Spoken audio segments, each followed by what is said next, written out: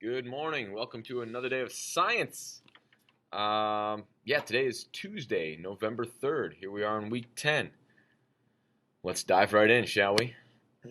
Yesterday, first, I do want to say a huge thank you. I've been giving people shout outs just for the solid work they've been doing. I really want to shout out basically everyone who did the assignment and posted in the plate tectonics discussion questions yesterday. Lots of really good questions.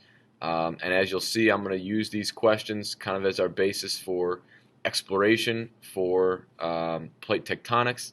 You'll see that today. So we had 24 people respond. So if you've not done that, make sure you get in there and do that and add your questions to the list so we can get your questions answered. It's just good to have your questions answered. Kind of makes you feel a part of the learning a little bit. So do that from Monday if you have not already done that. It is a little grade as well, so you want to start off with 5 easy points here to start the second 9 weeks. Today, Tuesday, you'll notice what I've started doing here is not only am I putting the 3 things that you need to complete, but I'm putting what we call a learning target, a performance task, and a success criteria. So the learning target is basically what I want you to get out of this day's learning, this activity. So for today, I can list the 5 different layers of the Earth. The performance task is what you will do to prove that you have reached the learning target, and the success criteria is how you will know you will be successful. So 3 things you need to do is watch the Tuesday walkthrough video. Then there's a page titled Layers of the Earth, and then you need to complete the quick check also titled Layers of the Earth. Learning target, I can list the 5 different layers of the Earth. The performance task, label a model of the Earth with the correct layers, and so that's what the quick check will be, is labeling the model of the Earth. And the success criteria, when you score 4 out of 5 or better on the quick check. So here we are jumping in Tuesday. So in the Tuesday folder, there'll obviously be the walkthrough video that you're watching right now. Also, hey, I've been putting these on YouTube. Shout out to all my subscribers. I think I'm almost up to 20 subscribers. Woohoo! Watch out, PewDiePie. Anyway, so layers of the Earth. Here we are. Here's the page. Nope, that's not the page. That was a quick check. Here's the page. Layers of the Earth. Let me put those in the correct order for you, real quick. Maybe. There we go. Layers of the Earth page. So the questions that you guys answered that I sort of used for creating this page, what are the layers made of? Alex asked that question. And how thick are the layers? Avelia asked that question. So you'll get your questions answered here today. There's some other layers of the Earth questions that were asked that we'll get to probably tomorrow or Thursday. So if your layers of the Earth questions aren't answered, don't worry, they will be.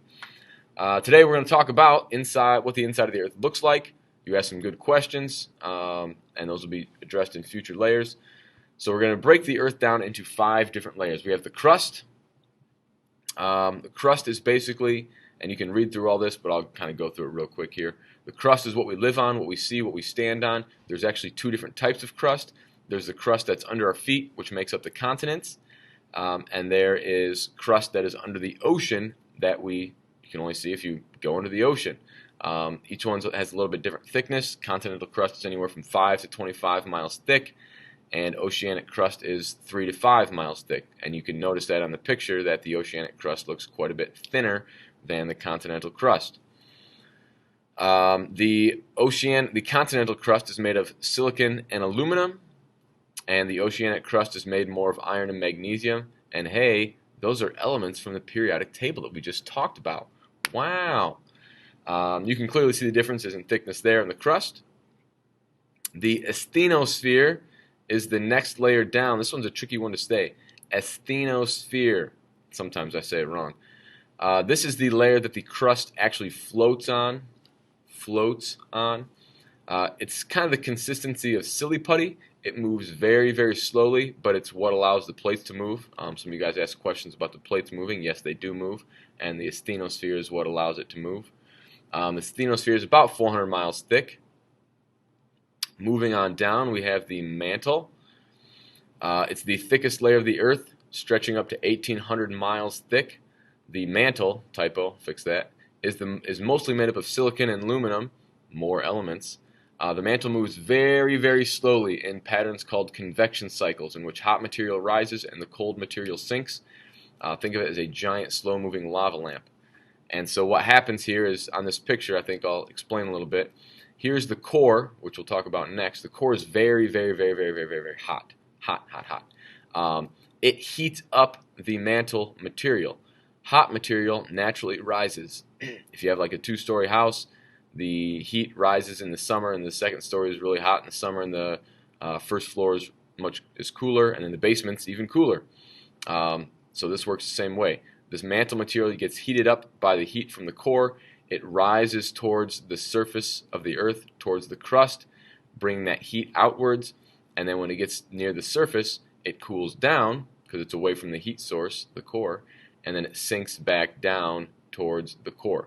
And so it just sort of moves in these giant convection current cycles.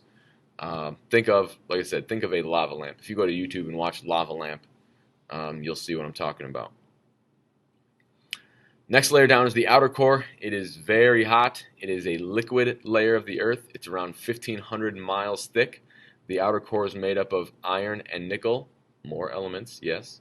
The heat from the inner core travels out towards the mantle and the crust through the through the outer core. So here's the core, sending all that heat up there. And then the next layer, the inner core, is incredibly hot with temperatures over 9,000 degrees. That's hot. That'll burn you. It's also under immense pressure, and therefore it is solid.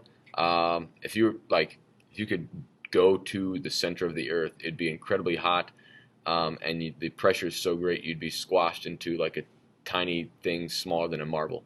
It's just incredibly intense pressure. The inner core is also the source of the heat that drives the plate movements, plate tectonics, and volcanic activity. If we did not have a super hot outer core, we would have none of those things.